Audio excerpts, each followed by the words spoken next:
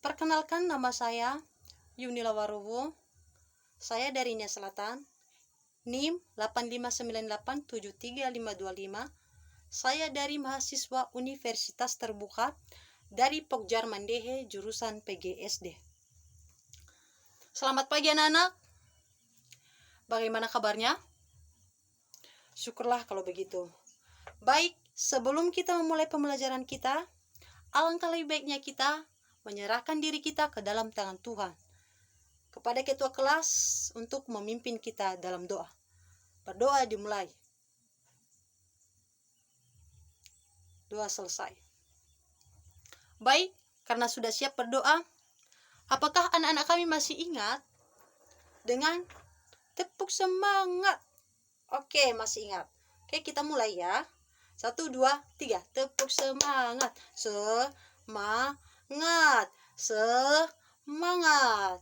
Oke, luar biasa semangatnya anak-anak kami. Baik, Ibu mengabsen dulu ya.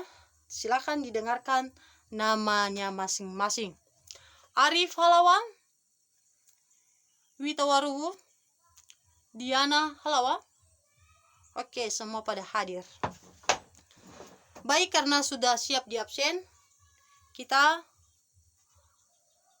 masuk pada pembelajaran kita tentang kewajiban dan hakul di rumah. Jadi, Ibu mau bertanya kepada anak-anak kami, silakan ditanggapi nanti ya. Oke? Apa itu kewajiban dan hakul di rumah? Ada yang bisa menanggapi? Oke, Diana, silakan. Terima kasih banyak jawabannya, Diana.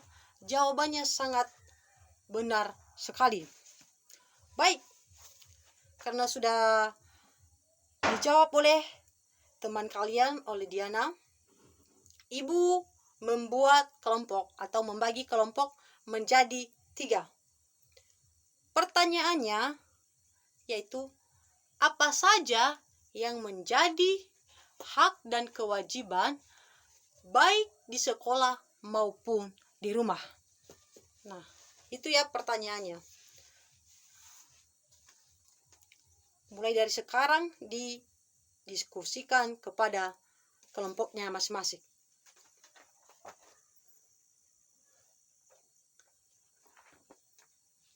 Baik, karena sudah siap kalian mendiskusikan, sekarang kita menampilkan hasil kelompoknya masing-masing ya. Oke, dari kelompok 1 dipersilakan.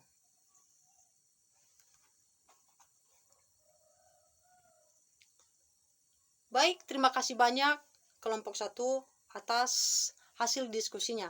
Sekarang kita masuk pada kelompok 2. Kepada kelompok 2 dipersilakan.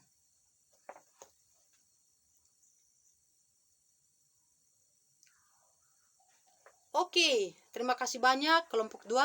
Sekarang kita lanjut lagi pada kelompok yang paling terakhir atau kelompok 3. Kepada kelompok 3 dipersilakan.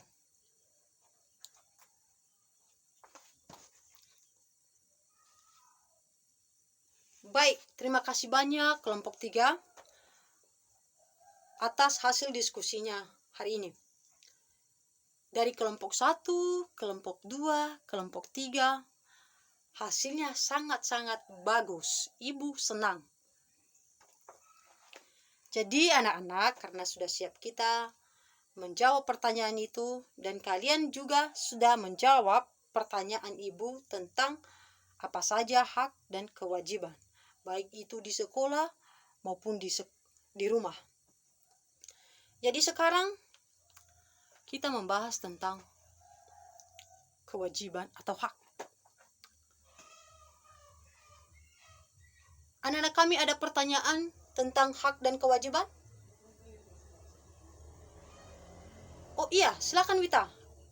Apa pertanyaannya?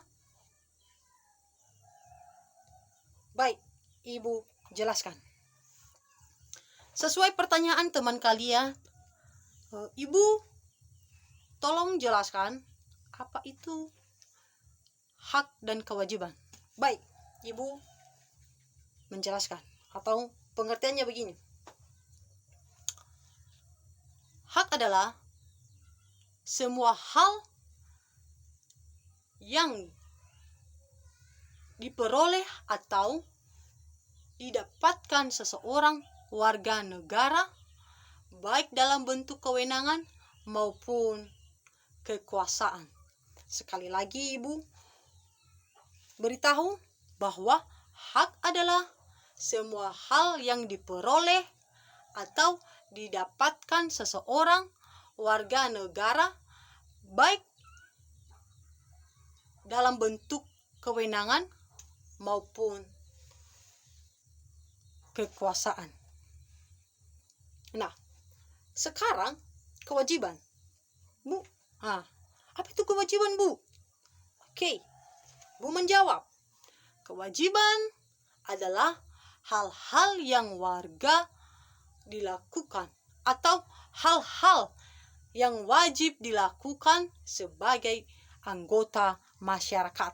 Sekali lagi Ibu kasih tahu bahwa kewajiban adalah hal-hal yang wajib dilakukan sebagai anggota masyarakat.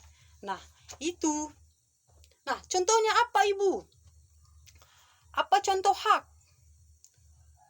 Dan apa contoh kewajiban? Oke, Ibu kasih contoh dari hak.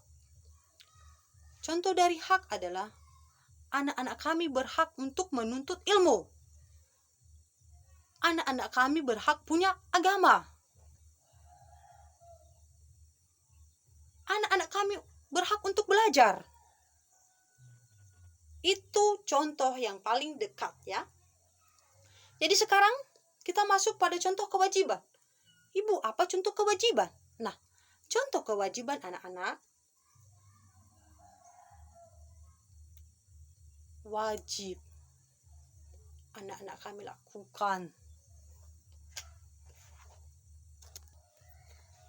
Contoh dari kewajiban ya anak-anak. Wajib kalian ikuti aturan yang ada di sekolah. Contohnya, anak-anak kami ada salah satu bapak ibu guru yang menyuruh anak-anak kami untuk mengutip sampah di lingkungan sekolah. Contohnya, "Hei Diana, sini." Apa Bu? Silakan kutip sampah, kumpulin sampahnya, buang pada tempatnya. Nah, itu kewajiban. Itu contoh kewajiban. Kewajiban anak-anak kami lagi. Kalian harus patuhi aturan yang ada di sekolah. Dan seandainya juga di masyarakat. Patuhi aturan yang ada di masyarakat, di pemerintahan.